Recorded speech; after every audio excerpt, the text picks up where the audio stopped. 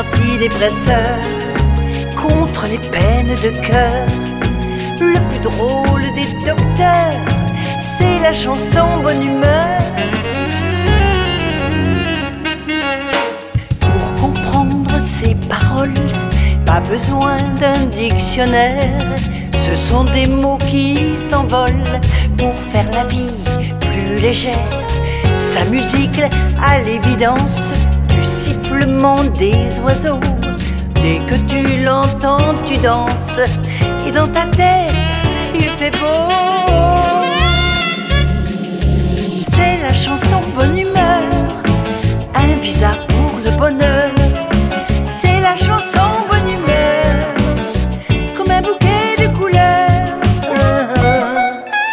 Mieux qu'un antidépresseur contre les peines de cœur. Le plus drôle des docteurs, c'est la chanson bonne humeur.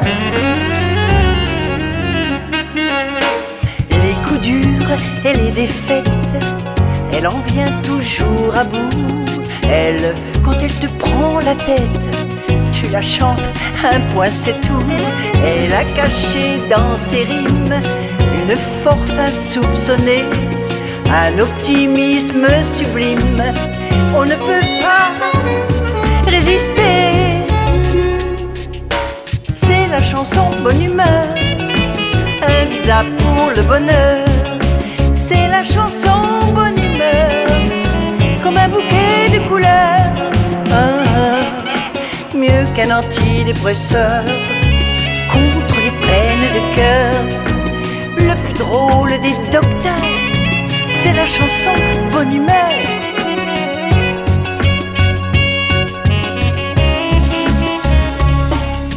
Pour peu que tu la retiennes, ses pouvoirs sont étonnants. On l'a vu briser des chaînes et renverser des tyrans. Quand ton horizon se brouille, si dans tes yeux c'est la pluie, avant que ton cœur se mouille, reprends-la et t'es guéri. C'est la chanson bonne humeur, un visa pour le bonheur. C'est la chanson bonne humeur, comme un bouquet de couleurs. Mieux qu'un antidépresseur contre les peines de cœur. Le plus drôle des docteurs, c'est la chanson bonne humeur. La chanson bonne humeur, la chanson bonne humeur. Bonjour à toutes et à toutes, bienvenue sur Artop, les artistes sont sympas. Alors aujourd'hui, j'ai le plaisir de recevoir sur le plateau Liliane Bouc. Bonjour Liliane. Bonjour. Tu vas bien? Très bien. Très bien. J'ai le plaisir également de recevoir Alban de Jong. Bonjour Alban. Bonjour à toutes et à tous. Tu vas bien? Toujours bien, merci. Isli. Alors on vous prépare une petite surprise pour la fin. Tout va pour le mieux dans le flux de l'univers. Voilà. Alors, on va commencer par les femmes. Hein, Liliane, toi qui as travaillé plus de 20 ans avec Serge Reggiani, comment s'est passée cette première rencontre? Comment t'es devenu, en fait, tu étais un peu tout, tu faisais un peu tout avec Serge Reggiani, c'est-à-dire tu faisais chauffeur. Oui, plein de choses, mais disons que ça s'est fait petit à petit. Ouais. Comment s'est fait cette première rencontre avec Serge Reggiani? Alors ça, c'est la question que j'ai pas préparée du tout. Ah bah non, mais justement, c'est que moi, je prépare les émissions, mais je dis rien à mes invités. De le rencontrer déjà tout simplement, ouais. En tant qu'admiratrice. J'avais rencontré aussi son épouse, Noël Adam. Ouais. Voilà, donc on s'est vus, on s'est revus. Et puis, oui, c'est ça, ça s'est passé comme ça. Un matin, Noël m'a posé la question, Liliane, on aurait besoin peut-être d'une personne pour nous accompagner, Serge et moi, pour différentes choses dans notre vie de tous les jours ou par rapport à Serge dans les concerts, etc. Bon, j'étais pas contre du tout. Et puis j'ai commencé quelques heures deux fois par semaine. Voilà. Puis ensuite, c'est devenu du mi-temps. Et puis après, à temps complet. C'est-à-dire, j'étais régisseur, je l'accompagnais dans les concerts, je conduisais évidemment la voiture. Et puis voilà, sa carrière s'est déroulée avec la mienne entre parenthèses, mais ça m'a apporté énormément, énormément professionnellement dans la vie, forcément. Tu as sorti un album qui s'appelle La Force du Chêne en 2019, Oui, qui aborde justement cette rencontre avec Serge Reggiani. c'est ça, oui. Comment cette rencontre a-t-elle influencé ta vie personnelle et artistique? La rencontre avec Serge, Ouais. complètement. Ça m'a influencé tout au long de ma propre carrière, mais surtout d'abord en m'occupant de lui. Voilà, puisque je l'ai côtoyé pratiquement tous les jours. S'il avait une interview, s'il avait un concert, je conduisais le véhicule, on se retrouvait dans une ville ou une autre, voilà, on revenait sur Paris.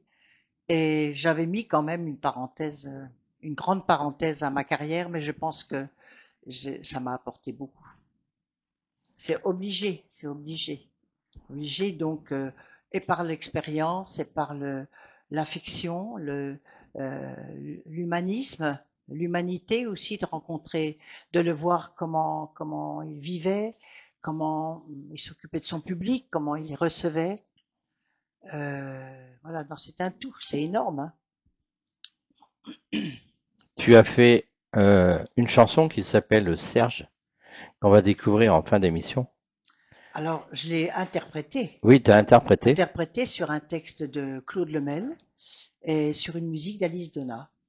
Voilà, donc en 2 minutes, en 3 minutes, c'est la biographie de Serge. Ça explique toute sa vie, le cinéma. Enfin, c'est une chanson extraordinaire. Tu l'as écoutée, tu l'as dans tes archives. Oui, tout à fait. Voilà. Bon, nous, on se connaît depuis un petit bout de temps. Ouais. Hein, avec Alban, on se connaît bien. On a fait des émissions ensemble. Déjà, oui. Sur, Plus longtemps avec Alban, Avant. oui, je connais Alban avant de me rencontrer. avant toi, oui, avant de te rencontrer. Voilà. Voilà. C'est ça. Mais c'est vrai que Alban, on a fait plusieurs émissions et avec toi aussi. Et c'est un plaisir de te recevoir sur Artop parce que je me souviens de cette dernière émission qu'on avait fait quand j'étais sur un autre média et ça m'avait beaucoup touché. J'avais beaucoup aimé tout ton Une de tes dernières.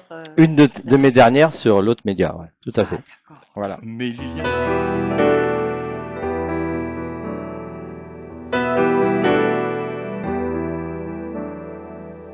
Tout à la fois touchant et drôle, moitié Rital, moitié Titi. Tu pouvais tenir tous les rôles, du plus méchant au plus gentil. Et tu savais si bien te battre, avec tes airs de chien battu, que sur les scènes de théâtre, ta voix reste après s'être tue. Serge, Serge, toi qui nous manques et qui es là.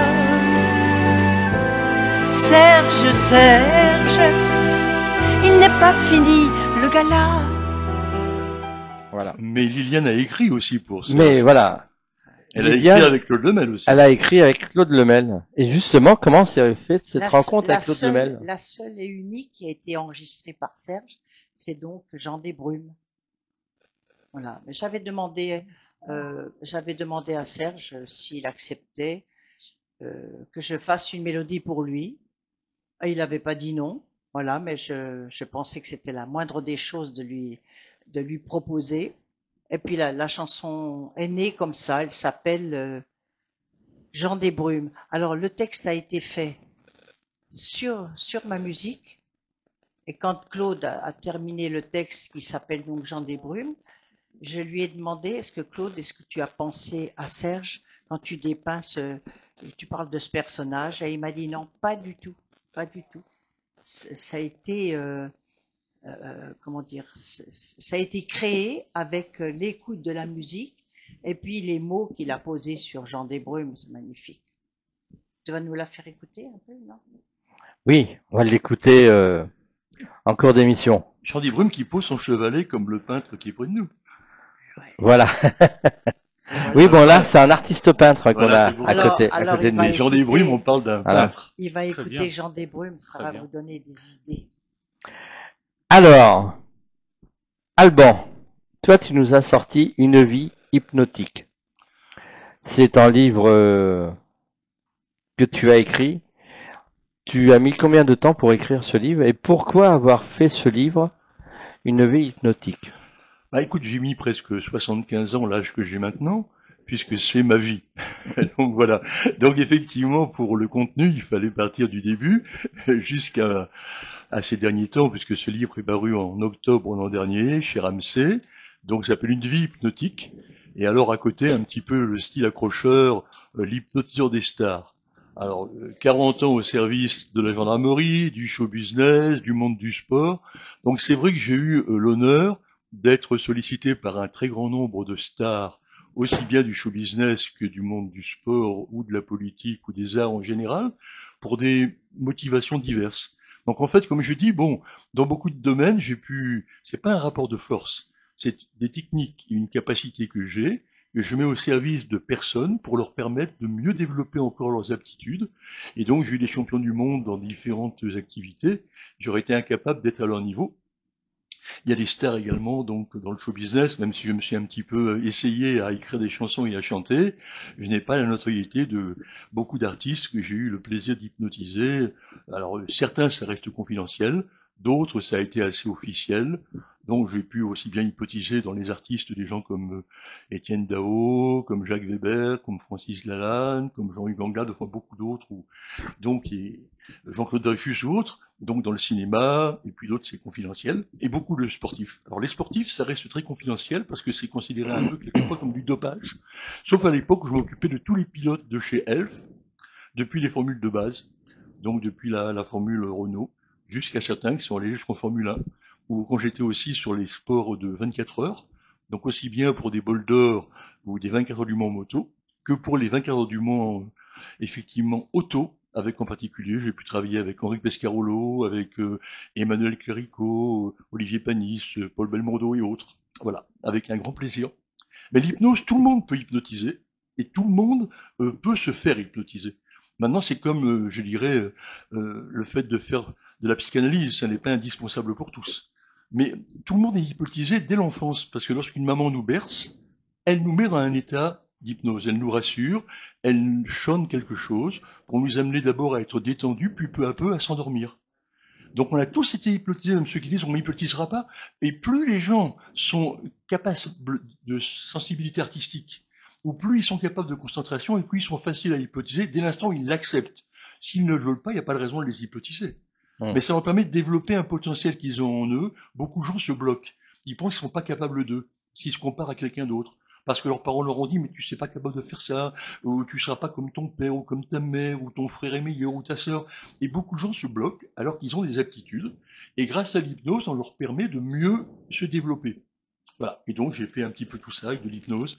Donc, moi-même, j'ai écrit des chansons. J'ai des chez Mireille au Petit Conservatoire, à l'époque de Pascal Sevran, de Jean-Noël Dupré. Oui, d'ailleurs, Marc Bonnard. tu as sorti quelques Oui, j'ai écrit quelques des albums, chansons, j'ai écrit des quelques paroles, CD. des musiques, j'ai travaillé effectivement. Là, j'ai repris une chanson qui était une chanson que j'avais écrite pour C. Jérôme.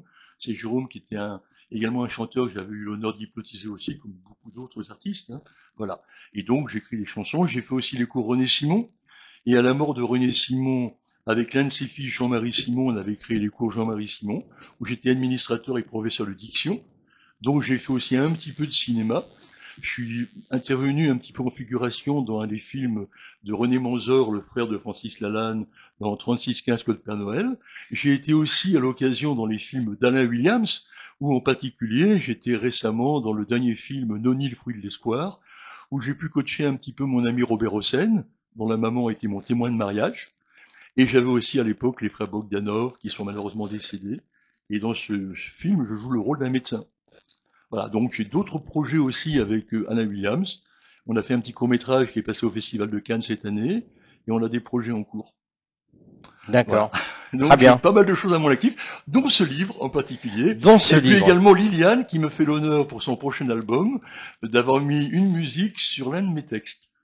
Oui, prochain album, troisième album que Liliane va nous sortir en 2026. Ah, Voilà. voilà.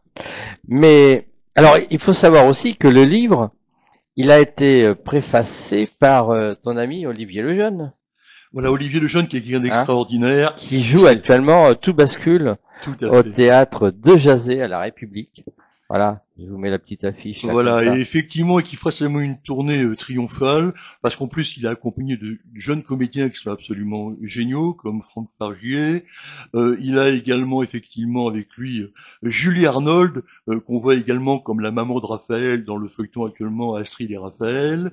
Il est aussi avec Michel Guidoni, qui à un moment donné, lui qui passe régulièrement aux Deux Ânes, nous fait un petit numéro également d'imitateur, parce qu'il sait très bien imiter tous les présidents de la Ve C'est vrai. République. Je regarde Et sur voilà. Paris Et Première. donc il n'y a que les acteurs qui sont très très bien, avec également Camille Muche, Charles Lès, Sandra Baudou.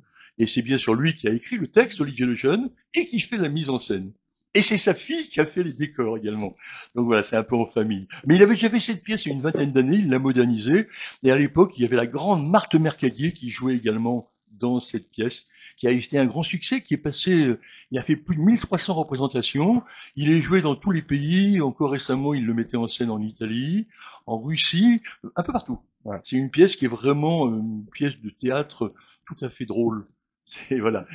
C'est une pièce bien française, dans le style, effectivement, de tout ce qui est scène de théâtre français. Et Olivier Lejeune est toujours à la hauteur. Il fait aussi des spectacles d'humour. C'est quelqu'un de sympathique, d'efficace, et il est jeune. Le jeune, il porte bien son nom. Il est dynamique. Alors, toujours jeune. moi j'ai une petite question. Peux-tu nous raconter ton premier contact avec l'hypnose?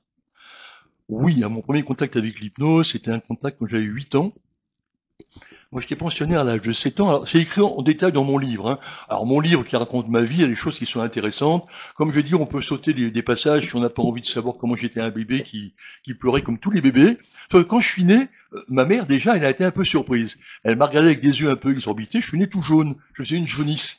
Donc, effectivement, ça me paraissait un peu surprenant. Donc, elle a commencé par me regarder avec des yeux exorbités. J'ai commencé à l'hypnotiser dès ma venue au monde. Et après, j'étais pensionnaire dès l'âge de 7 ans.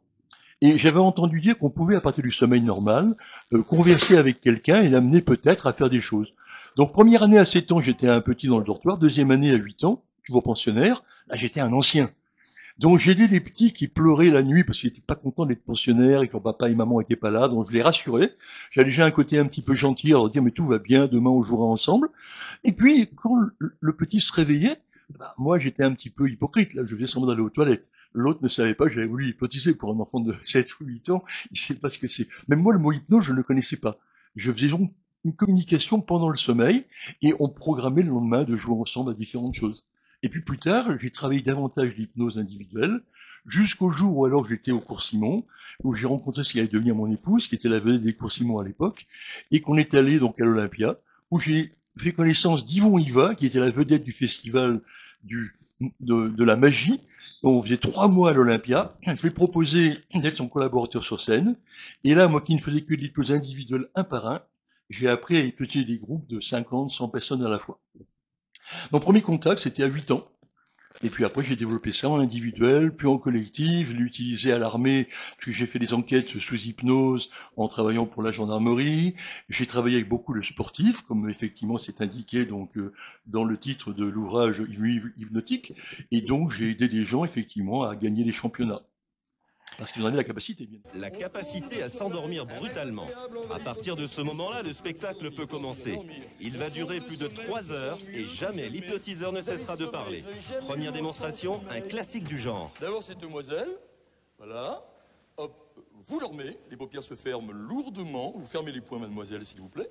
Sans En aucune quelques douleur, le minutes, corps va 3 se jeunes sentir, filles vous choisies allez par bien l'hypnotiseur aux vont jambes, devenir vous complètement étirez rigides. vos jambes, et dans un instant, on va vous soulever, votre corps va devenir raide comme un bloc d'acier, les bras deviennent raides, la nuque se raidit, et on va m'aider à vous soulever, Pascal va m'aider, on prend sous les jambes, le corps devient une planche de métal, encore plus raide, les deux jambes.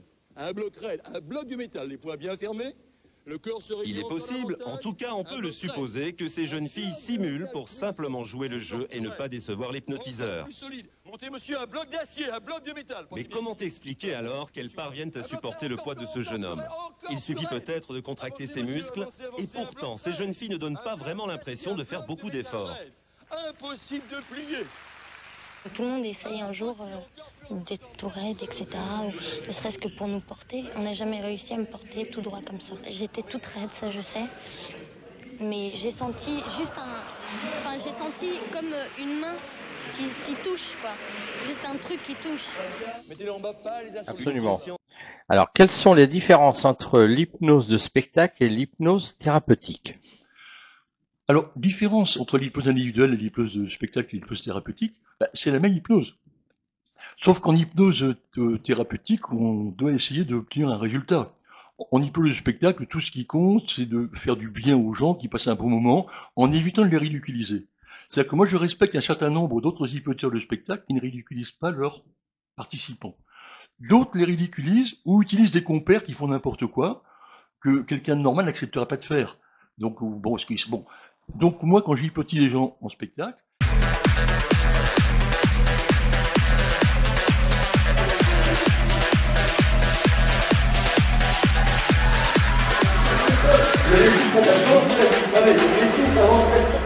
on essaie de faire la danse classique. Allez, on est les danseurs, les danseuses classiques. On essaie de faire des points. On est danseurs et danseuses classiques. Pour la finale de Roland Garros. Et on vous demande d'affronter en finale Nadal. C'est Nadal contre Nadal. Et Nadal, vous allez la voir. Allez, on y va. Allez, Nadal, vous allez le battre là. Et 15-0, c'est bon, allez. Le classique.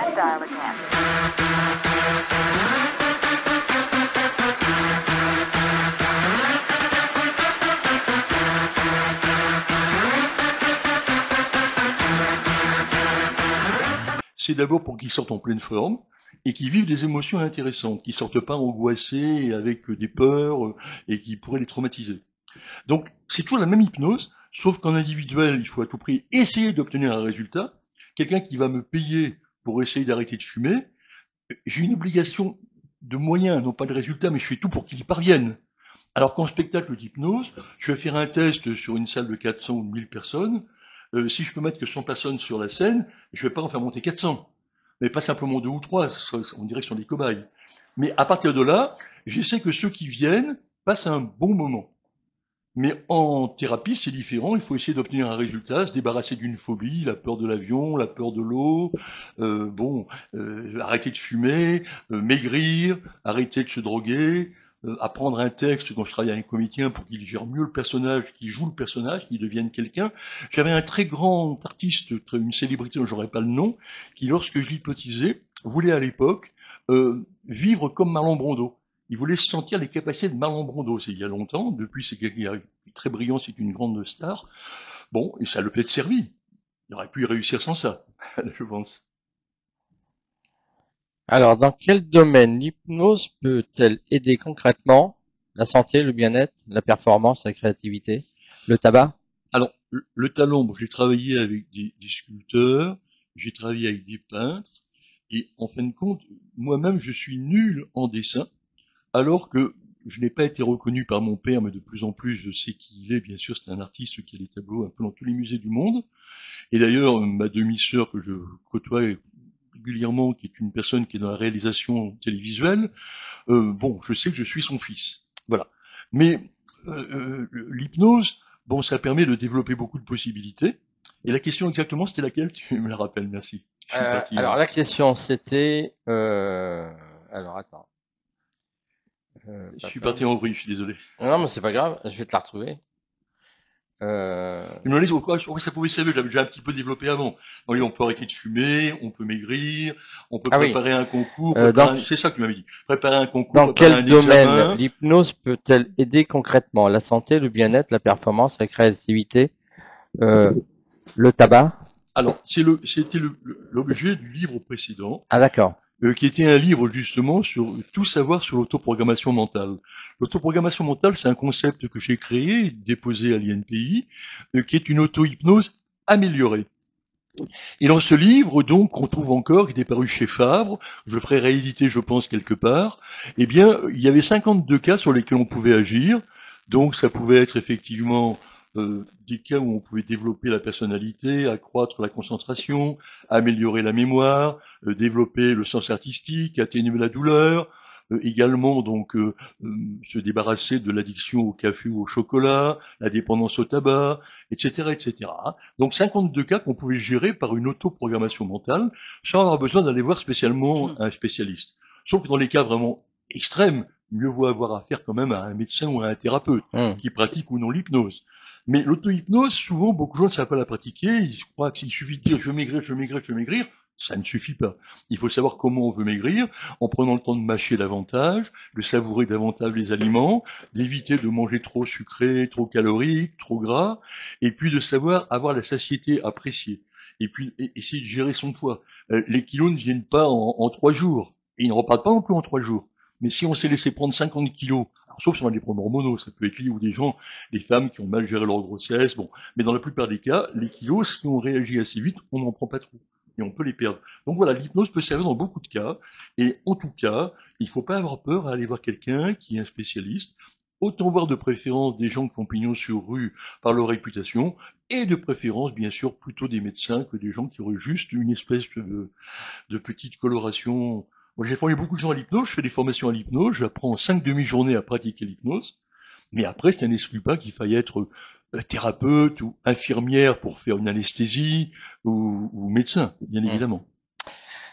Alors, j'avais une question. Que dit aujourd'hui la recherche scientifique sur l'hypnose? Alors, actuellement, ce que l'on sait, c'est que l'hypnose n'a pas encore dévoilé tous ses secrets. Mais plus on peut maintenant faire des analyses un petit peu des zones du cerveau qui travaillent dans les différentes circonstances, on sait qu'il y a des états de conscience modifiés, comme lorsqu'on conduit pendant une longue période, parfois on conduit, on ne sait même plus où on est, mais naturellement on est quand même sur l'itinéraire qu'on doit suivre. Donc il y a des états de conscience modifiés, des niveaux de conscience, selon qu'on est effectivement endormi ou totalement éveillé. Et actuellement, plus on découvre de connaissances sur le cerveau et plus on comprend mieux comment fonctionne l'hypnose. Par exemple, sous hypnose, si on revient un souvenir, eh bien, on va vraiment le revenir comme si on y était. D'où l'intérêt quand j'ai fait des expertises où j'ai réglé des problèmes judiciaires, je suis intervenu dans les affaires de tueurs en série, les affaires de disparition d'enfants, et je me souviens d'une affaire par exemple où je suis intervenu sur une jeune femme qui à La Réunion, où j'étais intervenu, j'avais été appelé par un magistrat, j'étais déjà intervenu à Perpignan sur le tueur en série de Perpignan, et ce magistrat qui était donc à La Réunion, à Saint-Denis, me fait venir sur une jeune femme qui avait été laissée pour morte après avoir été violée par quelqu'un qui l'avait cambriolée, qu'il avait étranglé avec le fil du téléphone, après l'avoir crevé les yeux, l'avoir violé avec préservatif. Et sous hypnose, je l'ai fait retrouver non pas les souffrances qu'elle avait subies, mais tout ce qui pouvait permettre d'identifier éventuellement le violeur, puisqu'il l'avait laissé pour morte, et sachant qu'elle n'était pas morte et qu'elle ne se souvenait pas de qui il était, il fallait pouvoir l'identifier pour qu'il ne revienne pas pour la tuer vraiment, avant qu'elle retrouve les souvenirs. Donc on a pu faire un portrait robot qui a permis de faire évoluer l'affaire. Ok. Comment se passe une séance d'hypnose avec toi? Eh ben justement, on va le savoir maintenant, parce que tu vas te faire hypnotiser. Tu as accepté l'hypnose? Il y souhaite peut-être, on va voir qu'il répond, parce qu'on va le présenter d'abord quand même. Tu souhaites le faire. Donc toi, tu es artiste. Exact. Tu es dans la peinture. Artiste alchimiste. Voilà. Et alors on s'est rencontrés l'autre fois ici sur le plateau. Bon, tu as été l'invité d'un animateur ou une animatrice, je sais plus trop qui. Mais on s'est rencontrés au Salon Hoche. Ah, c'est Khadija qui t'avait reçu. Et on s'est rencontrés au Salon Hoche également, où tu avais des peintures qui étaient en exposition. Exact. Où tu faisais voir un peu ton travail. Et là, aujourd'hui, tu as accepté de te faire hypnotiser par Alban. Entrer dans le monde de la mémoire ou du souvenir. Voilà. Eh ben écoute, je laisse faire Alban. On va voir qu'est-ce qui va se passer, et puis tu vas nous raconter après. Très bien. Donc Daniel, je t'avais déjà hypnotisé dans une émission Oui, précédente. exactement. À l'époque, d'ailleurs, si je ne veux pas être, je peux le dire, tu avais des douleurs, je crois, Exactement, ouais. et que j'avais fait disparaître. Exactement, tout à fait. J'avais des douleurs au dos. J'ai été hypnotisé par toi et depuis, j'ai plus de douleurs au dos. Voilà. Oui, je t'avais dit que ça n'excluait pas que tu puisses consulter à l'occasion. Oui, mais j'ai rien consulté, On est j'ai plus de d'accord. douleurs. Bon. Bon, mais je te laisse travailler, Alban. Du Alors coup, le problème, c'est que je sais pas comment on va faire parce que tu vas pouvoir le voir, tu vas le faire tomber. On va le faire lever, je peux le faire lever. d'accord, bah tu peux le faire lever, On va ouais. le faire, voilà, Ah ouais. je vais le faire lever. Action, d'accord, hein, d'accord. Bon. Et tu peux même enlever le masque si tu veux, le casque, pardon. Oui. Alors, Ça sera tu vas plus m'entendre pratique. Quand même. On va essayer de voir. On peut ce qu'on va faire à tout moment. Tu peux arrêter ce qu'on fait en portant la main gauche au visage. C'est pour le cas où j'aurai une crise cardiaque, tu aurais les paupières collées, tu te dirais qu'est-ce qui m'arrive, pas que tu paniques. Tu laisses faire simplement, tout simplement. Pour le chapeau, ça va passer du dans ton bras, donc ça va aller, tu veux pas l'enlever un instant? Très bien. Tu vas l'enlever, il va tomber sur une arrière. Voilà, tu me regardes, tu me fais rien du tout. Enlever ça. Tu détends totalement ça. Ah, tu peux l'enlever, ouais. Voilà. Dans un instant, je vais passer derrière toi. Daniel, il faut que tu lui dises. Voilà. Je vais passer derrière toi. Dans un instant, je vais compter jusqu'à 5. Tu vas te tirer doucement vers l'arrière. Ton corps va pencher doucement en arrière. Il va tomber agréablement, irrésistiblement sur le sol. Je vais te retenir. Ça va commencer à pencher. 1. Tu vas te tirer doucement en arrière. Le corps penche. Je pousse légèrement. 2. Ça tire davantage. Ça tire, puis tu laisses aller. Tu vas tomber, tu ne fais rien contre. 3. Ça tire davantage. Ne mets pas tes pieds en arrière. Non, non, non. Tu ne fais rien du tout, il a dit. 3. Ça va tirer davantage. Tu vas tomber. Tu tombes. On va te retenir. Tu vas le retenir. 3, 4, 5, il tombe, laisse-le tomber juste au sol. Laisse-le tomber juste au sol, il va tomber juste au sol. Nous, on y est. Alors, première impression. Première impression, une programmation du subconscient qui est très utile. Et c'est Merci. quelque chose que, alors, c'est impressionnant parce que quand on se sent partir, on n'est plus, maître de soi-même du coup. Si on est toujours maître, parce que dans la mesure où on ne se connaissait pas non plus, j'ai dû lui laisser la possibilité. Il a donné un accord rapide, il aurait pu changer d'avis. Donc je ne voulais pas le forcer. J'ai fait tout. Au départ, l'inconscient a commencé à mettre un pied en arrière. Donc même si lui avait dit oui, il voulait bien, l'inconscient disait qu'est-ce qu'il va me faire vraiment. Donc le but pour moi, c'était de l'amener dans un état simplement de simple relaxation. On n'a pas fait une hypnose profonde, mais c'est un état dans lequel j'ai laissé un petit message pour qu'il puisse s'épanouir de plus en plus des qualités qui sont évidentes. Parce que déjà, bon, le fait qu'il ait une confiance, qu'il accepte de faire des choses, ça montre une ouverture d'esprit. Et en même temps, bon, il a un look qui est tout à fait original. Mais ce qui est certainement encore plus important, à mon avis, c'est ce qu'il sait faire, ce qu'il sait créer. Donc il va mieux parler que moi. Parlant d'art et d'alchimie. Oui, prochain exposition. Exposition, ça se déroule aujourd'hui à 18h. D'accord. Qui va se tenir jusqu'au 11 septembre à la galerie L'Esprit d'Escalier dans le 12e arrondissement, 10 avenue Corbera. Mais également le 30 août, je vais présenter quelques œuvres au Georges V sur la direction de Mama Africa. Et ce bel événement qui sera la nuit de l'entrepreneur, présenté par la belle Khadija Selmani. Et je tiens à vous inviter, mes très chers, venir vous émerveiller avec les âmes créatives et les esprits aiguisés au Georges V. Le 30 août. En tout cas, le 30 août, je serai là. Et je viendrai après l'émission. Bon, du coup, comme le 30 août, c'est un samedi, et que j'enregistre ce samedi, donc après l'enregistrement, je viendrai faire un petit tour. Voilà. De 17h à 2h. De 17h à 2h du matin. Ah, ça va être long, hein. Eh, Khadija, ça va être quelque chose. À la distance, il est solide. On va s'hypnotiser. Non, il est solide, c'est bien. Le 30 août, c'est noté, moi, j'y serai aussi. Une dernière information. Le 13 septembre également, je performe à la mairie du 15e arrondissement. Je propose des ateliers créatifs. C'est parfait, c'est merveilleux. Le combien dis-tu? Le 13 septembre. 13 septembre, c'est parfait. 13 septembre, mairie du 15e. Exact. D'accord. C'est de quelle heure à quelle heure t'as? Toute la journée. Toute la journée. Ok, très bien. Bon, c'est un beau programme et à mon avis, on aura des belles surprises. Donc il faut être nombreux à y aller parce qu'à mon avis, vous allez découvrir des choses qui vous sortiront de votre ordinaire. Et puis en plus, bon, Mama Africa, ça va être parfait, je pense, certainement. Il faut faire un parallèle avec l'hypnose, c'est que dans mon art, j'hypnotise pas, mais je transmute. Oui, d'un état à un autre, tel un alchimiste, l'alchimie, bien sûr. de la souffrance à l'illumination, de Oui. la souffrance à la transcendance, en passant par l'art. Il y a tout un programme, mais qui mérite effectivement d'être tenu par quelqu'un qui sait tenir ce qu'il fait, de toute évidence. Voilà. Donc on a bien noté, je pense que tu rappelleras à l'occasion peut-être l'adresse, alors donc. Absolument, mais je vais mettre ça sur lien. sur le lien, ouais, Le lien, sur le bien lien YouTube. Bon, très bien. Merci. Bon, alors Alban, une vie hypnotique. On peut le retrouver où ton livre? Alors, Partout. si tu veux, c'est paru chez Ramsey, donc c'était en vente, on peut le trouver dans les magasins Leclerc, Ouais. à la Fnac, et pratiquement chez tout libraire, on peut le commander chez tout libraire. Voilà, mais il est aussi bien en vente en Suisse, en Belgique, en France, au Canada. Voilà, c'est l'édition Ramsey, donc c'est un bon éditeur. Donc déjà Fnac ou Leclerc, mais il y a également toutes sortes d'autres magasins, j'ai pas tous les noms en tête malheureusement. Alors, on n'oublie pas également les 2 albums de Liliane. Liliane Book, belle photo avec Serge Reggiani.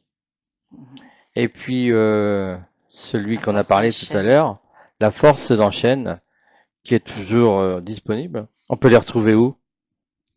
À la Fnac, enfin. À la Fnac. Oui, sur Sinon, Internet, dans les autres. on va sur ton Facebook et on t'envoie des petits messages. Absolument. Hein? Bah, Voilà. La Force d'un chêne, donc le public reprend facilement le refrain, et La Force d'un chêne, elle est à la fois compositrice, mais aussi auteur des paroles pour La Ouais, Force d'un ouais. chêne. D'accord. Voilà. Parce qu'elle sait aussi écrire des textes également. Tu as des projets musicaux, Alban? Actuellement, oui, actuellement, j'ai pas mal de textes là, donc toujours avec Anna Williams, on a des projets. J'avais également une possibilité, mais je veux pas vendre la peau de l'ours avant qu'elle soit tuée, d'une série dans un média qui est qui actuellement fait des séries en grand nombre, où les gens s'abonnent. Pour dire ça commence par N, ça finit par X. Voilà. Donc je vous laisse deviner. Et il est possible qu'il fasse une série à partir de mon personnage, comme le court-métrage qu'on a fait justement pour Cannes, où je jouais mon propre rôle avec mon nom en tant que hypnotiseur. D'accord. Voilà. Parce que j'ai résolu les affaires judiciaires importantes et que ça peut effectivement intéresser. Donc de quelqu'un qui est un enquêteur qui pratique l'hypnose. Et je forme un plus jeune que moi parce qu'il est important dans les séries, qui est un beau garçon comme lui, qui est une belle femme également. Et c'est mieux qu'un monsieur de 75 ans, même si je suis un peu plus jeune que mon âge. Donc je forme quelqu'un. En tout cas, c'est du cinéma. Hein. Je pourrais le former réellement, mais on fera comme si, voilà, si ça se fait. Alors Liliane, projet un album du 3e, Troisième. qui sortira dans le courant du mois de l'année 2026. Ouais. Avec Au printemps, mais. combien de titres? Alors 10 titres. D'accord. Moi, je te disais tout à l'heure, 10 titres, avec avec un nouvel auteur qui s'appelle Arnaud Ascoy, de La Promesse Brel. Donc, il m'a un poème que j'ai mis en musique et qui aura le titre de mon album, Si on m'avait dit un jour. Donc, je vais le conserver comme titre avec le visuel. En numéro 2, j'ai un fameux texte d'Alban Dejon, qui est tout à fait de circonstance. Je trouve que c'est presque un médicament à utiliser sans modération. D'accord. Et qui s'appelle Prendre mon temps. Ok. Voilà, quand j'en ai parlé à Alban, j'avais dit j'ai besoin de titres comme ça, de paroles qui parlent, qui concernent tout le monde, la personne qui l'écoute, enfin qui apporte quelque chose. Et je pense que ce titre-là est assez fort pour ça. Et puis il y a d'autres, la chanson de Jean Desbrumes qui est connue, qui est passée déjà dans le premier. La chanson pour Serge, dont j'ai pas fait ni le texte ni la musique, c'est Claude Lemel sur une musique d'Alice Donna. Voilà, d'accord. Voilà. Eh bien, écoute, merci beaucoup d'être passé sur Artop. Ça a été un plaisir de te recevoir. Avec plaisir. Merci Liliane. Merci Alban.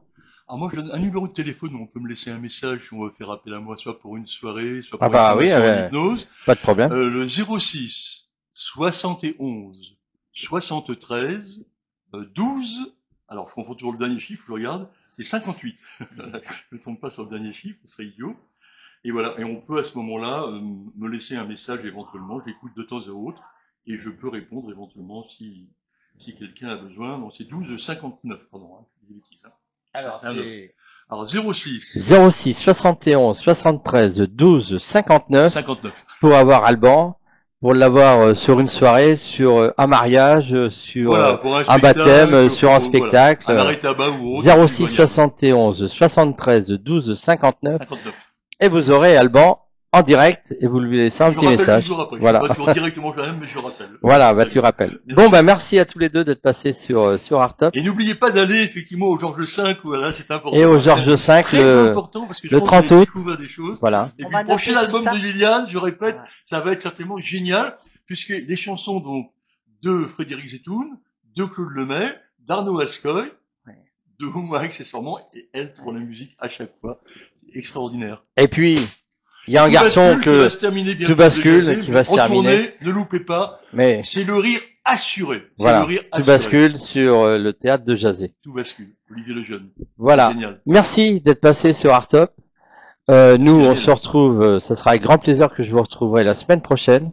Je vous souhaite un bon week-end et je vous dis à très bientôt. Bye bye. Salut. Bye bye. Avec des beaux invités la semaine prochaine, vous allez voir. À Il y a de bientôt. la bonne surprise. Soyez heureux. Allez, bye bye. Salut.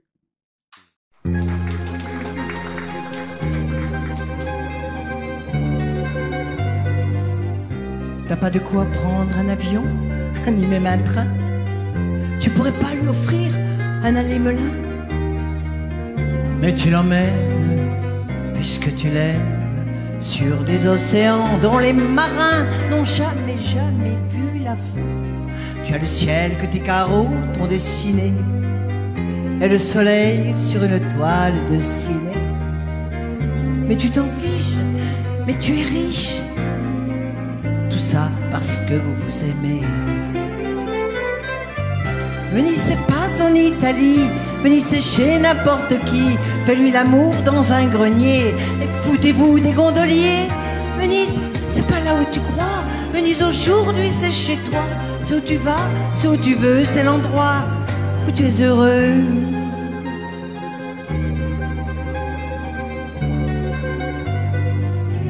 Il suffirait de presque rien, peut-être 10 années de moins, pour que je te dise je t'aime.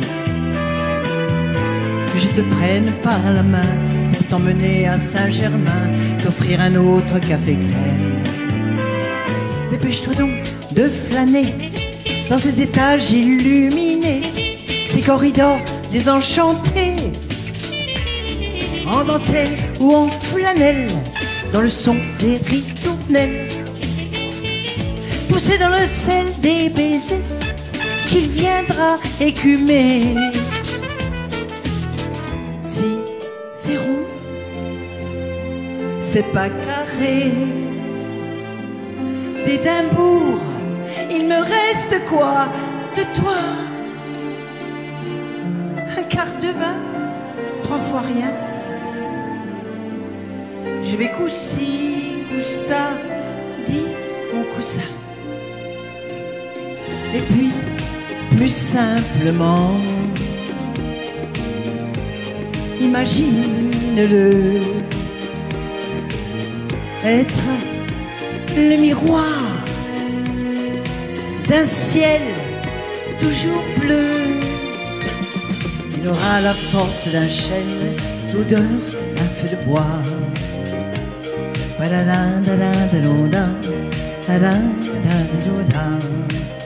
Vivre et souffrir, amour déçu, vivre et haïr, amour déchu, vivre et sourire, amour sans su, pas sans issue. Libido inhibé, tout en cristal fêlé, par cet amant funeste et poème à ses heures, qui peut en un seul geste faire vaciller mon cœur.